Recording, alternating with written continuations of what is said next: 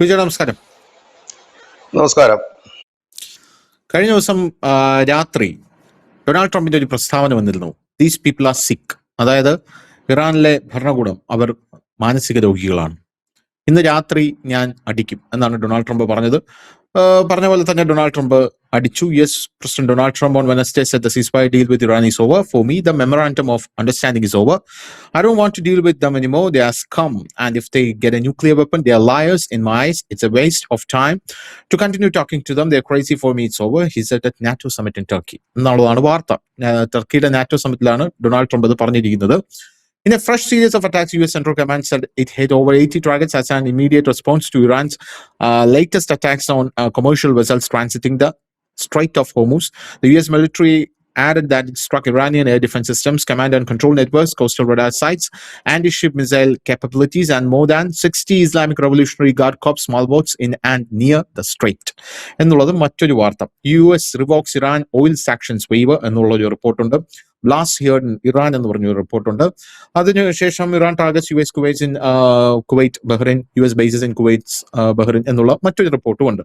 കഴിഞ്ഞ ദിവസം രാത്രി യഥാർത്ഥത്തിൽ എന്താണ് സംഭവിച്ചത് എന്ന് നോക്കിക്കഴിഞ്ഞാൽ അമേരിക്കയുടെ വമ്പിച്ച ആക്രമണമാണ് അവിടെ നടന്നിരിക്കുന്നത്. അതിന്റെ പിറകെ ഇറാൻ ലബനനിലോട്ടും ആക്രമണം തുടങ്ങിയിട്ടുണ്ട്. സൗത്ത് ലബനനിലാണ് ഇറാൻ ആക്രമണം നടത്തി തുടങ്ങിയത്. ഒരു വാക്ക് കേൾക്കാൻ കാത്തിരിക്കുകയായിരുന്നു എന്ന് പറഞ്ഞതുപോലെയാണ് ഇറാൻ സൗത്ത് ലബനനിലേക്ക് ആക്രമണം നടത്തി തുടങ്ങിയിരിക്കുന്നത്.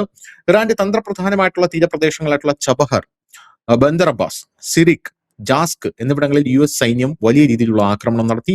ചബഹറിലും കൊണാർക്കിനും സമീപം തുടർച്ചയായിട്ടുള്ള സ്ഫോടന ശബ്ദം കേട്ടു. ഇതുമൂലം ചബഹറിലെ മിക്ക പ്രദേശങ്ങളിലും വൈദ്യുതി വിതരണം പൂർണ്ണമായും നിലച്ചു. കൂടാതെ അക്കാല പ്രദേശത്തെ ഒരു പ്രധാന റെയിൽവേ പാലം US തകർത്തു. അബു മുസ ദ്വീപിൽ ഏകദേശം 10ഉം ബന്ദർ അബ്ബാസിൽ 8ഉം സ്ഫോടനങ്ങൾ റിപ്പോർട്ട് ചെയ്തു. ഷാഹിദ് ബെഹഷ്തി തുറമുഖം, കലന്താരി തുറമുഖം, Chabahar maritime traffic control tower എന്നിവയ്ക്കും സാരമായിട്ടുള്ള കേടുപാടുകൾ സംഭവിച്ചിട്ടുണ്ട്. ഡൊണാൾഡ് ട്രംപ് ഈ ചിത്രങ്ങൾ പങ്കിട്ടിട്ടുണ്ട്. അതായത് സംഹാര താണ്ഡവമാടി അമേരിക്ക എന്നാണ് അറിയാൻ സാധിക്കുന്നത്. അപ്പൊ ഇറാന്റെ ഇതിലുള്ള റെസ്പോൺസ് ആണ് ഇനി നമുക്ക് അറിയേണ്ടത്. പക്ഷെ ഇന്ന് അയത്തുള്ള അലി ഖമേനിയുടെ ഫ്യൂണറൽ സെറിമണി അവിടെ നടക്കുകയാണ്. ആ ഫ്യൂണറൽ സെറിമണി ഇത് ബാധിക്കുമോ? വീണ്ടും കലുഷിതമായിക്കൊണ്ടിരിക്കുകയാണ്. ഹോർമൂസ് വീണ്ടും അടച്ചു. ഇന്ത്യൻ കപ്പലുകൾ അവിടെ തടഞ്ഞു എന്നുള്ള റിപ്പോർട്ടുകൾ പുറത്തു വരുന്നുണ്ട്. കാരണം കടക്കാൻ പറ്റില്ല, കാരണം യുദ്ധമാണ്. അതുകൊണ്ട് തന്നെ വലിയ രീതിയിലുള്ള ഒരു കാഷ്വാലിറ്റീസ് അവിടെ ഉണ്ടാകാതിരിക്കാനാണ് ഇത് ചെയ്തിരിക്കുന്നത് എന്നുള്ളത് നമുക്ക് മനസ്സിലാക്കാൻ സാധിക്കും. അപ്പൊ ഇതിൽ ഇന്ത്യയും റെസ്പോണ്ട് ചെയ്തിട്ടുണ്ട് എന്നുള്ളത് മറ്റൊരു പ്രധാനപ്പെട്ട കാര്യം. ഇന്ത്യ റെസ്പോണ്ട് ചെയ്തു എന്ന് പറഞ്ഞാൽ ഇന്ത്യക്ക് സഹി കെട്ടു. അങ്ങനെയാണ് ഇന്ത്യൻ വിദേശകാര്യ മന്ത്രാലയം ഇത് റെസ്പോണ്ട് ചെയ്തിരിക്കുന്നത്. അപ്പോൾ ഈ യുദ്ധം വീണ്ടും ഫുൾ ഫ്ലഡ്ജ് ആയിട്ട് തുടങ്ങിക്കഴിഞ്ഞു എന്ന് നമുക്ക് പറയാനായിട്ട് സാധിക്കുമോ? അപ്പോൾ ഇനി ഇറാന്റെ ഒരു പ്രതികരണം എങ്ങനെയായിരിക്കും? ഇത് പൂർണ്ണമായിട്ടും ട്രംപ് ഇപ്പോൾ കുറച്ചുകൂടെ കടുപ്പിച്ച് ട്രംപ് ഇപ്പോൾ ഒരു ഫെറോഷ്യസ് ആയിട്ടുള്ള ഒരു ആക്രമണമാണ് അവിടെ നടത്തി തുടങ്ങിയിരിക്കുന്നത്. എന്തായിരിക്കും സംഭവിക്കാൻ പോകുന്നത്?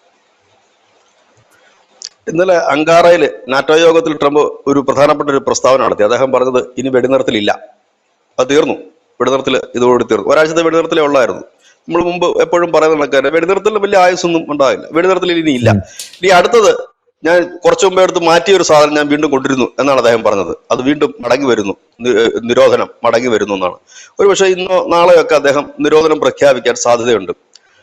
നിരോധനം ഉണ്ടായിരുന്നല്ലോ ഈ കഴിഞ്ഞ അടിക്ക്, അതായത് ആ ഫസ്റ്റ് ഫേസിൽ അടിക്ക് ഈ തീർന്നത് ഈ അടുത്ത സമയത്താണ്. അപ്പോ ആ സമയത്ത് വരെ നിരോധനം ഉണ്ടായിരുന്നു. ഇറാന് അങ്ങോട്ട് പോകാൻ പറ്റില്ല, ഇറാനിലേക്ക് ഒന്നും ഷിപ്പിംഗ് ഒന്നും നടക്കത്തില്ല, ഹോർമൂസ് അപ്പാടെ പൂട്ടി, ഇങ്ങനെ ഒരു സാഹചര്യമുണ്ട്. ഇതിപ്പോൾ മറ്റൊരു അവരുടെ വെസ്റ്റേൺ കമാൻഡ് ഒരു അറിയിപ്പ് നൽകിയിരിക്കുന്നു. 170 ഇറാന്റെ സൈനിക കേന്ദ്രങ്ങൾ ഞങ്ങൾ തകർത്തു എന്നാണ്. അതിനകത്ത് ഏതാണ്ട് ഒരു 70ഓളം വരുന്ന ഈ ബോട്ടുകൾ, ചെറു ബോട്ടുകളുണ്ട് ഹോർമൂസിലെ, ആ ബോട്ടുകളിൽ അടിച്ചിട്ടുണ്ട്. അത് കൂടാതെ ഇന്നലെ ആക്രമിച്ച 80 ഇടങ്ങൾ, 80-ലധികം 90 ഇടങ്ങൾ എന്നാണ് ഇപ്പോൾ പുറത്തു വരുന്ന വിവരം. 90 ഇടങ്ങളും പിന്നെ ഈ ബോട്ടുകളുടെ എണ്ണം കൂടെ വെച്ചിട്ടാണ് 170 ഇടങ്ങളിൽ അടിച്ചു എന്ന് പറയുന്നത്. ഇറാൻ പറയുന്നത് അവരുടെ 5ാം കപ്പൽപ്പടയെ ഞങ്ങൾ ആക്രമിച്ചു എന്ന് പറയുന്നു. ഒപ്പം തന്നെ ബഹ്റിനിലടക്കം ഇറാൻ തിരിച്ചടിയും നൽകിയിട്ടുണ്ട്. ഇപ്പോൾ അതിന്റെ ഒരു വ്യാപ്തി കൂടുകയാണ്, കുറയുകയല്ല. ഇതിൽ നിന്ന് ഒരു കാര്യം വളരെ വ്യക്തമാണ്. ഇനിയിപ്പോ ഇതിനകത്ത് ഒരു ഈ ഡയലോഗ്സുകളിൽ വലിയ സാധ്യതകളില്ല എന്ന് തന്നെ പറയാം. കാരണം ഒരു സമാധാനത്തിന്റെ ഒരു സാധ്യത ഇനി ഇല്ല. കാരണം ഇത് അങ്ങോട്ട്, കാരണം ഇപ്പോൾ ഇറാൻ, നമ്മൾ കഴിഞ്ഞ ദിവസങ്ങളിലൊക്കെ പറഞ്ഞു, ഇറാനിൽ ഇപ്പോൾ നിൽക്കുന്ന ഒരു വൈകാരികമായിട്ടുള്ള ഒരു പ്രതീതിയുണ്ട്.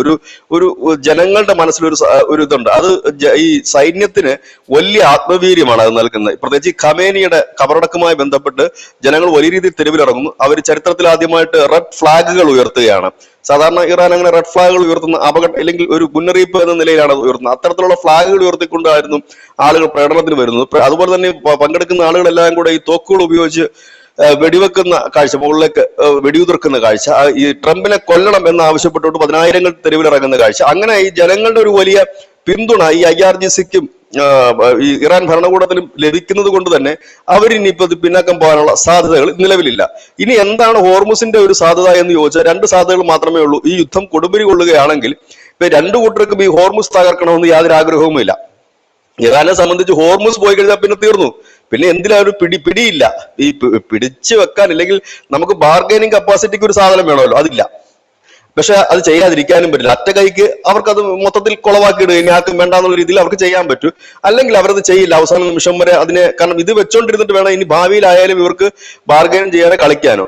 അമേരിക്കയെ സംബന്ധിച്ചായാലും ഇത് തകർത്ത് കഴിഞ്ഞാൽ തീർന്നു, എല്ലാം തീർന്നു. അതോടി തകർക്കാൻ കഴിയില്ല. പക്ഷെ ഈ ട്രംപ് ഇരിക്കുന്നതുകൊണ്ട് തകർത്തിട്ട് അത് ഇറാന്റെ തലയ്ക്ക് വെച്ചു കൊടുക്കാനും മതി. യാതൊരു ഡൗട്ടും ഇല്ലാത്ത കാര്യമാണ്. കാരണം നിലവിൽ തന്നെ ഹോർമുസിൽ മൈൻ ഭാഗിയിട്ടുണ്ട്, മറ്റേതാ മറിച്ചാന്നൊക്കെ പറയുന്നുണ്ട്. കാരണം അത് മൊത്തത്തിൽ തകർത്ത് കളഞ്ഞിട്ട് അമേരിക്ക ചിലപ്പോൾ വിചാരിക്കുകയാണ് ഒരുപക്ഷെ ഒമാന്റെ തീരത്തൂടി പുതിയൊരു ട്രാക്ക് നമുക്ക് നോക്കാം എന്ന് പറഞ്ഞു കഴിഞ്ഞാൽ അവിടെയും ട്രംപ് ലാഭം കാണും, ബിസിനസ് കാണും. അങ്ങനെ ഒരു ട്രാക്ക് വന്നാൽ ഒമാനെയൊക്കെ കൂടെ കൂട്ടുപിടിച്ചുകൊണ്ട് ഒരു ചെറിയ ടോളോ ഇല്ലെന്നുണ്ടെങ്കിൽ ഒരു ഇൻഷുറൻസോ, അവിടെ കയറുന്നതിന് ഷിപ്പുകൾക്കുള്ള പ്രത്യേക ഇൻഷുറൻസോ അല്ലെങ്കിൽ പ്രത്യേക ഫീസോ ഒക്കെ വെക്കാവുന്നതേ ഉള്ളൂ. ട്രംപ് ആയതുകൊണ്ടാണ് ഞാൻ ഈ രീതി പറയുന്നത്. കാരണം പുള്ളി നമ്മളൊന്നും സാധാരണ ഒരു മനുഷ്യൻ ചിന്തിക്കുന്ന രീതിയല്ല അദ്ദേഹം ചിന്തിക്കുന്നത്. അദ്ദേഹം അതിനകത്തും ബിസിനസ് കാണുകയും ചെയ്യും, നേരെ ഓപ്പോസിറ്റ് സൈഡ് ചിന്തിക്കും. അപ്പൊ ഇതാണ് ഇനി അടുത്ത് നടക്കുന്നത്. ഏതായാലും ഒരു കാര്യം വ്യക്തമായി, ഇന്ന് തന്നെ എണ്ണയുടെ വില, ക്രൂഡ് ഓയിലിന്റെ വില 9% വർദ്ധിച്ചിരിക്കുന്നത്. നമുക്കറിയാം ഈ ക്രൂഡ് ഓയിലിന്റെ വില കൂടുമ്പോൾ അത് നമ്മുടെ രാജ്യത്ത് അത് ഉണ്ടാക്കാൻ പോകുന്ന ഒരു പ്രത്യാഘാതം വളരെ വലുതാണ്. നമ്മളൊക്കെ പ്രതീക്ഷിച്ചുകൊണ്ടിരുന്നത് ഈ പാർലമെന്റ് സമ്മേളനം ആരംഭിക്കുന്ന ജൂലൈ 21 ആരംഭിക്കും. അത് ആരംഭിക്കുന്നതിന് മുമ്പ് തന്നെ പെട്രോൾ ഡീസൽ വില കുറയും എന്ന് നമുക്ക് വലിയ പ്രതീക്ഷ ഉണ്ടായിരുന്നു. എന്തായാലും ഇനി ആ പ്രതീക്ഷയ്ക്ക് വലിയ സാധ്യതകളൊന്നുമില്ല. കുറയാനുള്ള യാതൊരു സാധ്യതയും നിലവിലില്ല. കാരണം ഇത് ഇങ്ങനെ നീണ്ടു പോകാനുള്ള സാധ്യതയുള്ളൂ. കാരണം ഇപ്പോഴും ഇറാൻ പറയുന്നത് ഞങ്ങൾ ചർച്ചയിൽ നിന്ന് പിന്മാറാൻ പോകുന്നു എന്നാണ് ഇറാൻ ഇപ്പോൾ ലാസ്റ്റ് നടത്തിയിരിക്കുന്ന സ്റ്റേറ്റ്മെന്റ്. ഒരുപക്ഷെ ധരിച്ചു പറഞ്ഞതുപോലെ കബറടക്കമാണ് ഇന്ന്.